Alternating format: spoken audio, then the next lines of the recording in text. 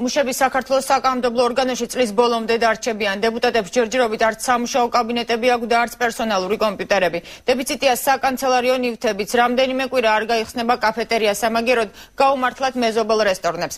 ნახეთ ხალხის რჩეულების სამუშაო პირობები ჩვენი ქუთაისის ბიუროს რეპორტაჟში.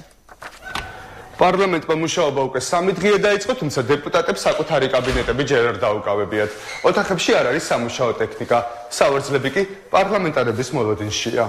ახალი მოწვევის პარლამენტი უკვე მესამე დღეა მუშაობს, თუმცა პარლამენტარების სამუშაო ოთახებში ჯერ არ შესულან.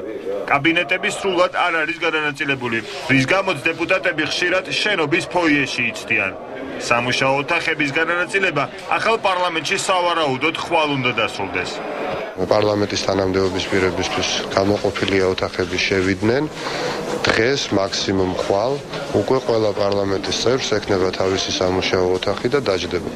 კომიტეტის ხდომებისა და სხვა საქმიანი შეხვედრების პარალელურად შენობაში მუშაობას მუშებიც განაგრძობენ, რაც დეპუტატებს ხშირად უხერხულობას უქმნის. ხდომის დაწყებამდე დარბაზის მომზადება ხანახად თავად ხალხის რჩეულებს უხდებათ. ასევე უჩივიან საკანცელერიო ნივთებისა და პერსონალური კომპიუტერების ნაკლებობას.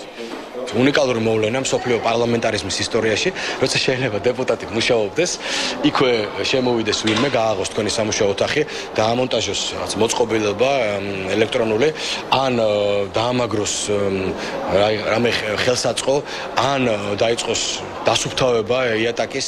საპარლამენტო უმცირესობაში მცირე ტექნიკურ უხერხულობებს არ იმჩნევენ. აცხადებენ, რომ მათთვის მთავარია საქმე და არა კომფორტი.